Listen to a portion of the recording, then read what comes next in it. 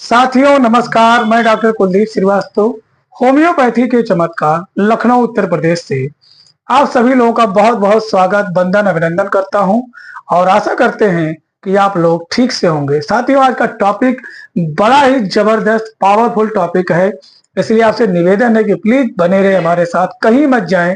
क्या पता यह वीडियो जो है आपकी दिशा और दशा दोनों को बदलने में सक्षम है। जी हाँ दोस्तों, आज हम लोग बात करेंगे मेंटल सिमुलेशन। तो साथियों जैसा कि मैंने आपको पिछले वीडियो में बताया था, एक्रेसिया एक्रेसिया का मतलब था रॉन्ग जजमेंट लेना, गलत निर्णय लेना। फॉर एग्जाम्पल एक बार आसान कर देते हैं। एक औरत है, वह एक बच्चे की माँ है।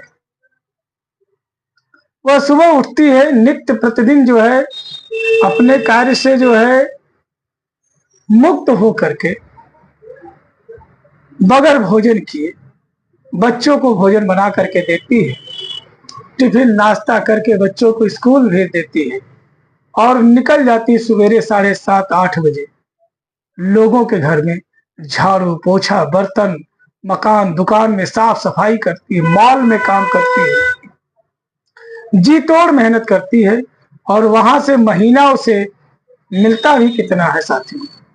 झाड़ू पोछा बर्तन अगर जो है तो कहीं पे 1000, 1200, 1500, कहीं 2000, कहीं 3000 और पूरा दिन कहीं काम कर रही है तो 7000, 8000 या मैक्सिमम 10,000 रुपए महीने के वह बामुश्किलन कमा पाती है। एक कंडीशन और है कि वो जो माँ है वह विधवा, और जो माँ है ना साथियों वह विधवा है। घर में कोई पुरुष कमाने वाला नहीं है, वही माँ है, वही बाप है, वही भाई है, वही बेटी है, वही दोस्त है, सब कुछ वही है। और अपने आप को दिनों रात गला रही है, तपा रही है कि बच्चे कुछ बन जाए। और उसमें एक बच्चा बनता है साथियों, बहुत तेजी से बनता है। कहता है मुझे आज एप्पल के अभी फोन दिला दो वरना मैं मर जाऊंगा, भाग जाऊंगा और जो है तुम मुझे खोजे नहीं पाओगी। मरता क्या नहीं करता। माँ तब भी परेशान थी जब उस बच्चे को जन्म दिया था। माँ आज परेशान है क्योंकि वह बच्चा माँ की जान पे आ बैठा है साथियों। माँ जाती है जैसे तैसे ईएमआई पे एक फोन दिला देती है एप्पल का। अब जो 7000, 8000 महीने कमाती है उसमें से 5000 रुपए तो जो है महीने के किस्त में चला जाता है। अब 2000 रुपए में किसके मुंह पे दाल चावल रोटी सब्जी या चाय पानी ब्रेड नाश्ता पहुंचेगा साथियों। इस एक लड़के के इस एक गलत डिसीजन के वजह से ना जाने कितने लोगों का मुंह से निवाला छिन गया, टिफिन छिन गया, चाय छिन गई और पाते बंद मक्खन जो खाते थे वह भी छिन गया साथी, सिर्फ एक गलत डिसीजन के वजह से। इसे कहते हैं एक्रेसिया। और एक्रेसिया इतना खतरनाक है ना कि आपका पीछा नहीं छोड़ता है साथियों। अब इस लड़के ने जब एप्पल का फोन लिया है तो नेट की तो कमी है नहीं, टीवी देख रहा है, मैच देख रहा है, अचानक से धड़ से आता है 1 लाख जीतो, 2 लाख जीतो, 3 लाख जीतो, टीम बनाओ और गेम को जीतो, 3 लाख जीतो। ड्रीम 11 पे जो है टीम बनाओ। और साथ ही साथ साथियों इसको वार्निंग भी मिलता है कि यह गेम वित्तीय जोखिमों से भरा पड़ा हुआ है, इसमें आपको आदत लग सकती है या आपको भारी नुकसान का सामना करना पड़ सकता है। बावजूद इसके भी साथियों माँ ने इसको जब यह मोबाइल दिलाया तो इसने माँ से वादा किया था कि माँ इस मोबाइल के माध्यम से बिजली का बिल जमा होगा, इस मोबाइल के माध्यम से हाउस टैक्स जमा होगा, वाटर टैक्स जमा होगा। माँ ने इतने पैसे इसको दे रखे थे कि बेटा बिजली का बिल जमा कर देना, हाउस टैक्स जमा कर देना, वाटर टैक्स जमा कर देना। इसने क्या किया, इन सारे टैक्स वाले पैसे को इस ऑनलाइन गेम पे लगा दिया साथियों। पहले दिन तो ये लड़का हो सकता है जीतेगा, जीतता ही है। दूसरे दिन इतना ज्यादा जो है इसने लगा दिया कि अब ना हाउस टैक्स के लिए पैसा बचा, ना वाटर टैक्स के लिए, ना इलेक्ट्रिसिटी के लिए। अब माँ को घर घर जो है जा करके निहोरा करना पड़ रहा है कि भैया कह दो जरा हमारा बिजली ना काटे, बच्चे कैसे रहेंगे, मई जून का महीना चल रहा है। तो जो माँ पहले किस्तों के लिए परेशान थी, अब वही माँ दूसरे के यहाँ से जो है बिजली मांगने के लिए परेशान है, पानी मांगने के लिए परेशान है। क्यों? क्योंकि एक गलत डिसीजन आपकी जिंदगी को तबाह कर सकता है। इसे एक्रेसिया कहते हैं साथियों। अब मेंटल सिमुलेशन क्या है साथियों? मेंटल सिमुलेशन कहने का मतलब भविष्य में स्वयं के सफलता का पूर्वानुमान लगा लेना।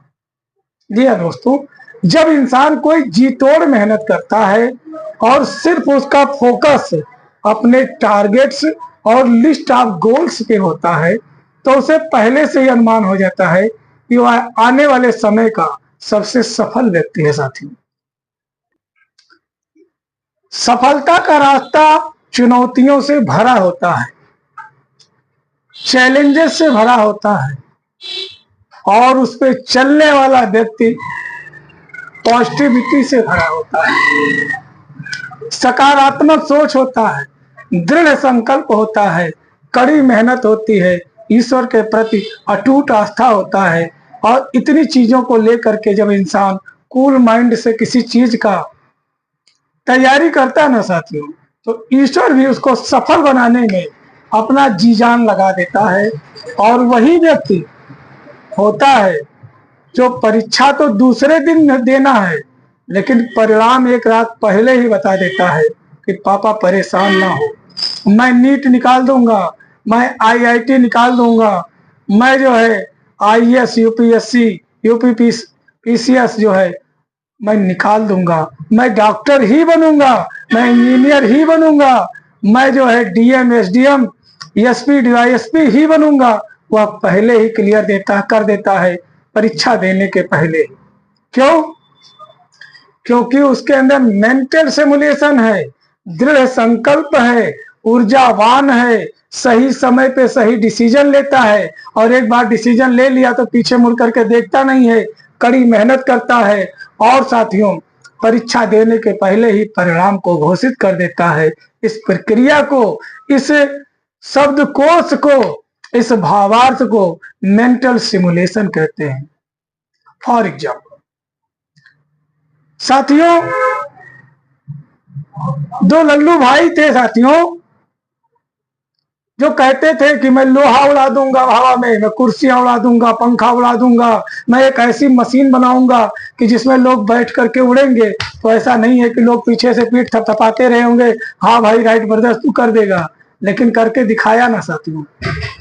भले ही समय ज्यादा लगा हो, कम लगा हो, यह डजेंट मैटर है, लेकिन प्रूव करके दिखा दिया, अपनी सफलता की दिशा और दिशा को, दोनों चीज को दिखा दिया, और ये प्रूव कर दिया कि जब तक दिशा नहीं बदलेगी तब तक दशा नहीं बदलेगी।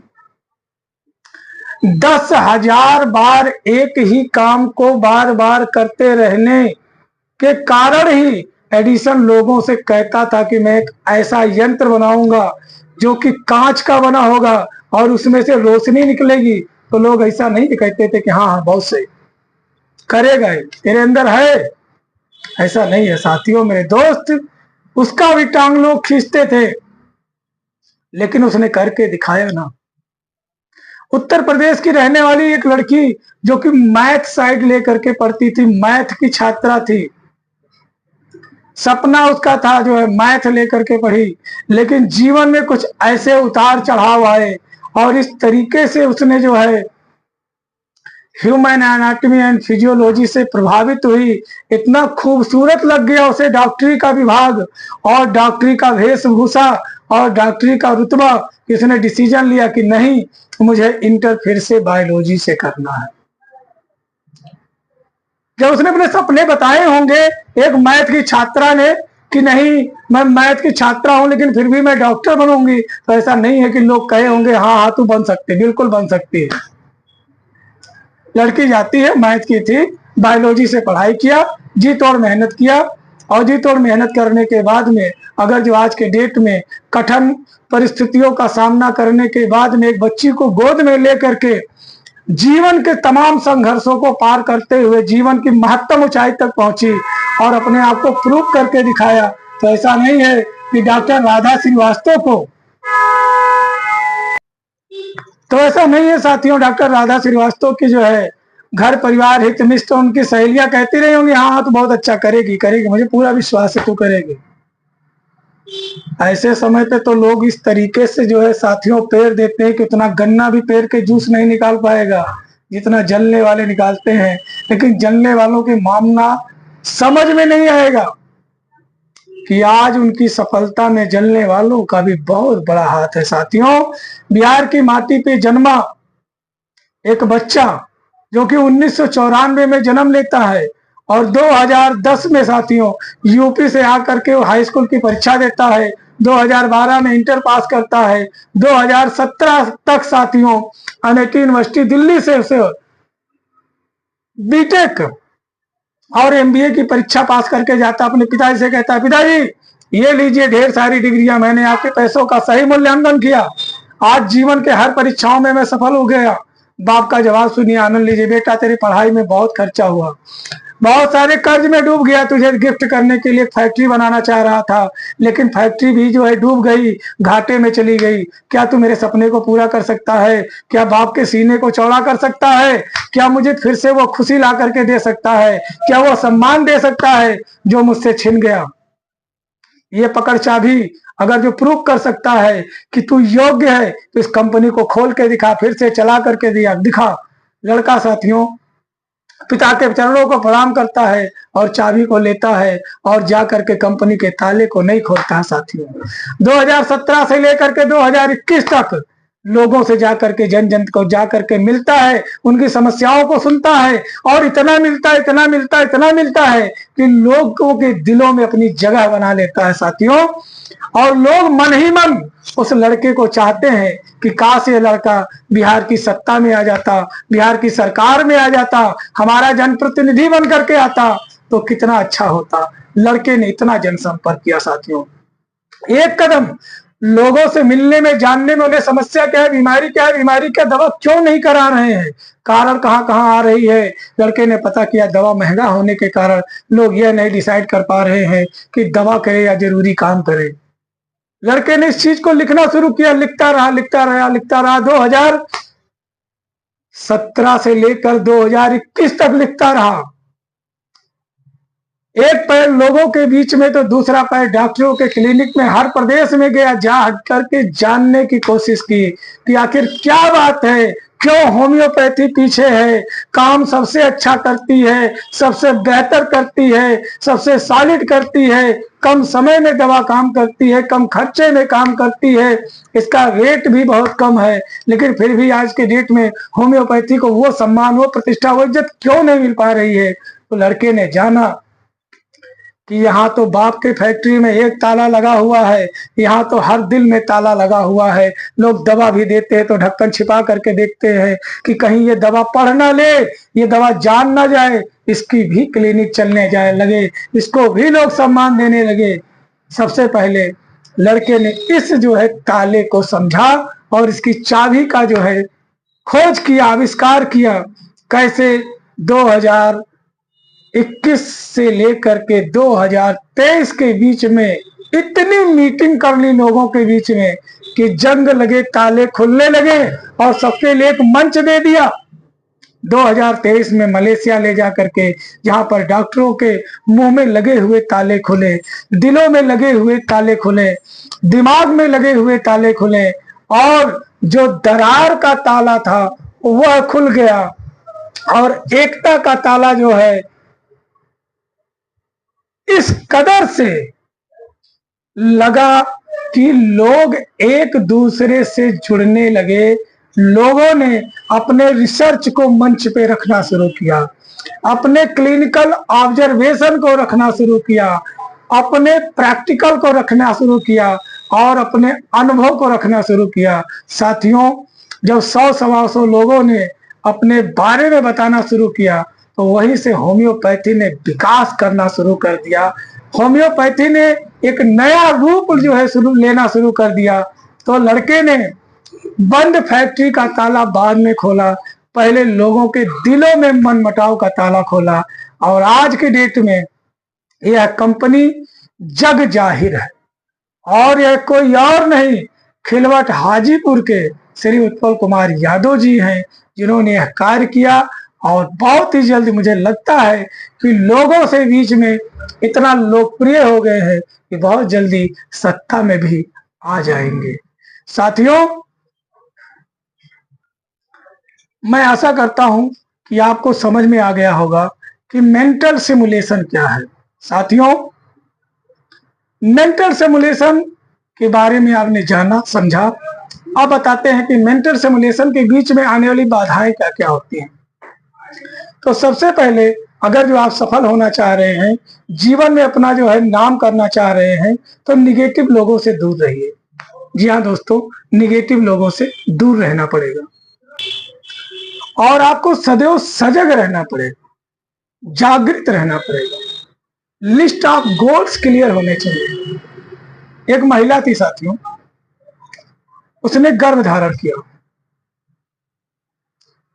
अब जब गर्भ धारण की बात करेंगे साथियों, तो पहले महीने में बुखार आता है, दूसरे महीने में साथियों वीकनेस लगने लगती है, तीसरे महीने में हाथ पांव जो है सूजन आ जाता है, चौथे और पांचवें महीने में साथियों अजीब तरीके के दाने फफोले पड़ने लगते हैं, मेंटल डिस्टरबेंस आने लगता है, बीपी और शुगर बढ़ने लगता है। सातवें आठवें महीने तक ये दिक्कतें बहुत ज्यादा हो जाती हैं और एक जीव है जो कि पेट में आ जाता है और लात मारने लगता है।